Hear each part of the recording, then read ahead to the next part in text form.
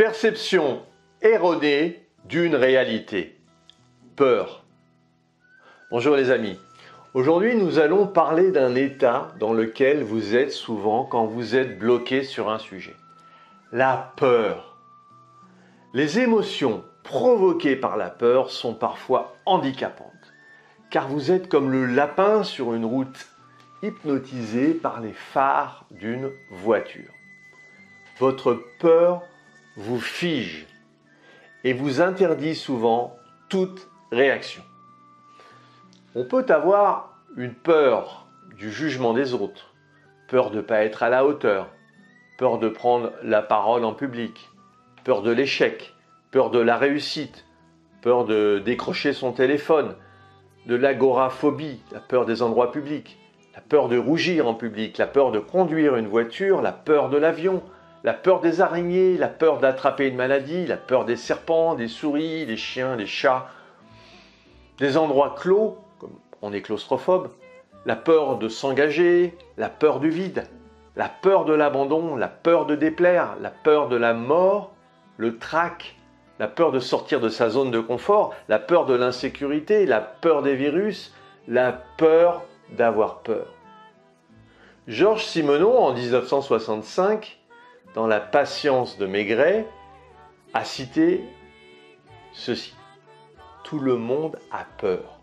On s'ingénie à dissiper la peur des tout-petits avec des contes de fées et presque aussitôt, dès l'école, l'enfant craint de montrer à ses parents un livret scolaire qui comporte de mauvaises notes.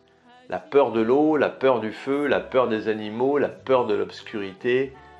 Peur, à 15 ans ou à 16 ans, de mal choisir son destin, de rater sa vie. Dans sa demi-conscience, toutes ces peurs deviennent comme des notes d'une symphonie lourde et tragique, les peurs latentes qu'on traîne jusqu'au bout derrière soi. Les peurs aiguës qui font crier, les peurs dont on se moque après coup, la peur de l'accident, de la maladie, de l'agent de police, la peur des gens, de ce qu'ils disent, de ce qu'ils pensent, des regards qu'ils posent sur vous au passage. Bref, vous l'avez compris, on vit tous avec la peur au ventre, quand il faut changer de direction et effectuer une tâche qu'on n'a jamais faite. Vous noterez que la peur n'évite pas le danger. La peur, c'est une émotion utile. Elle est là pour nous éviter de nous mettre en danger, justement.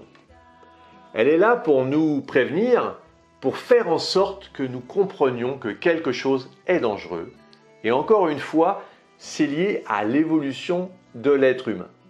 Cette émotion est là pour nous protéger à la base.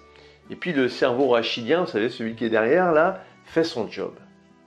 Mais un excès de peur est néfaste également puisque la peur, ça nous bloque.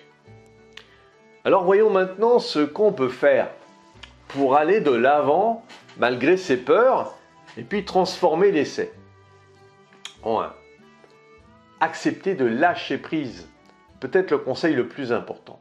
Et ce que je me répète tous les jours. Arrêtez de vouloir tout contrôler. C'est tout simplement impossible de toute façon. Il faut arriver à faire confiance au bon déroulé des choses. Faites-vous confiance. Faites confiance au travail que vous avez fait jusqu'ici pour poser les bases de votre entreprise. Votre business continuera d'avancer sur ces bases. Si vous êtes dans le cas où vous avez peur de scaler votre entreprise, sachez que vous êtes aujourd'hui la seule personne qui entrave le développement de votre business. Accepter qu'à un moment son business soit plus grand que nous, qu'il nous dépasse, c'est lâcher prise et laisser passer cette peur de la réussite. En 2, bien s'entourer. Alors je parle bien entendu de s'entourer de personnes bienveillantes et qui nous soutiennent. Mais pas que. Bien s'entourer, c'est aussi avoir autour de soi des personnes qui ont déjà réussi, qui sont déjà arrivées où vous souhaitez aller et qui ont surmonté les obstacles que vous vous apprêtez à franchir. Cela va vous permettre d'échanger avec ces personnes et d'apprendre auprès d'elles.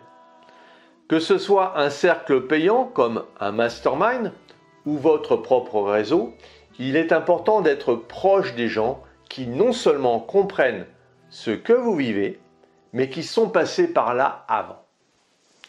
Si s'entourer de personnes bienveillantes comme ses amis ou ses parents est important, ils ne trouveront malheureusement pas toujours les mots justes et les bons conseils pour nous aider à passer ce genre de cap dans nos business. Le troisième conseil, se faire accompagner.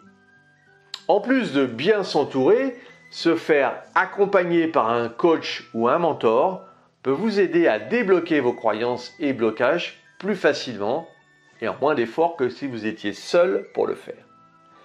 En effet, lever les blocages liés au mindset avec un coach ou un mentor vous permet de passer les paliers plus sereinement et rapidement.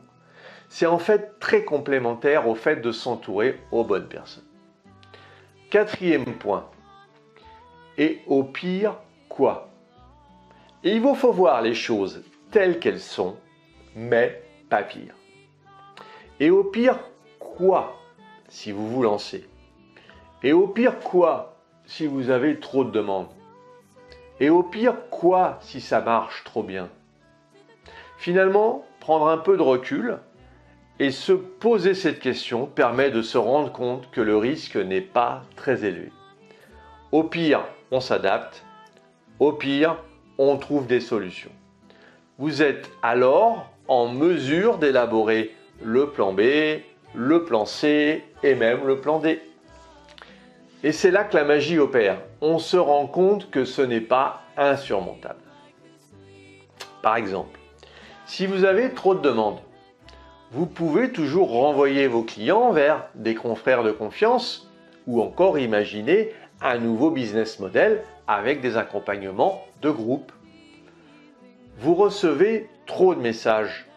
Vous pouvez envisager de déléguer, définir de nouveaux process. D'ailleurs, répondre à cette question va vous pousser dans le sens où vous voulez aller. En 5, restez aligné avec ses valeurs et sa mission. Alors, je suis parfaitement convaincu que lorsqu'on se retrouve dans une situation où on a peur de la réussite, que ce soit pour se lancer ou se développer, mais qu'on reste toujours aligné avec nos valeurs, notre mission et ce qui nous anime au quotidien, mais il y a en réalité très peu de chances que les choses se passent mal. Évidemment, je n'ai pas de boule de cristal pour vous le garantir. Mais cela vous permettra de ne pas avoir de regrets quoi qu'il se passe. Tout simplement parce que vous aurez fait les choses avec votre cœur, votre tête et vos tripes. Ce n'est pas toujours facile, surtout quand le business progresse à vitesse grand V. Et quand l'on se retrouve avec de nombreuses opportunités et face à des choix stratégiques. Se demander si ces opportunités sont alignées à vos valeurs et prendre des décisions en conséquence permet à votre business de réussir dans le bon sens, c'est-à-dire pour celui que vous souhaitez lui donner. Alors, pour conclure, c'est normal de faire face à la peur de réussir. Levez le pied du frein et mettez les deux pieds sur l'accélérateur. Testez et dites-vous bien que l'échec fait partie du process. Finalement, c'est une façon de ne pas faire les choses correctement que vous avez découvert et que vous pouvez éliminer. Vous vous rapprocherez de l'objectif en écartant une possibilité. Si vous voulez aller plus loin dans la gestion de votre temps, et puis pour vous remercier d'avoir suivi cette vidéo, j'ai mis à votre disposition 1 heure de formation sur le fonctionnement de votre cerveau et la préparation mentale. Vous trouverez le lien dans la description sous cette vidéo. Alors abonnez-vous à la chaîne, mettez un pouce bleu, partagez, likez, commentez. Et puis retrouvez-moi sur le site internet www.lessecretsdechronos.com. Et si vous voulez qu'on aborde ensemble vos problématiques, eh bien, je vous offre un coaching diagnostic d'1 demi-heure pour faire le point. Et puis pour gagner 2 heures par jour. À très vite les amis!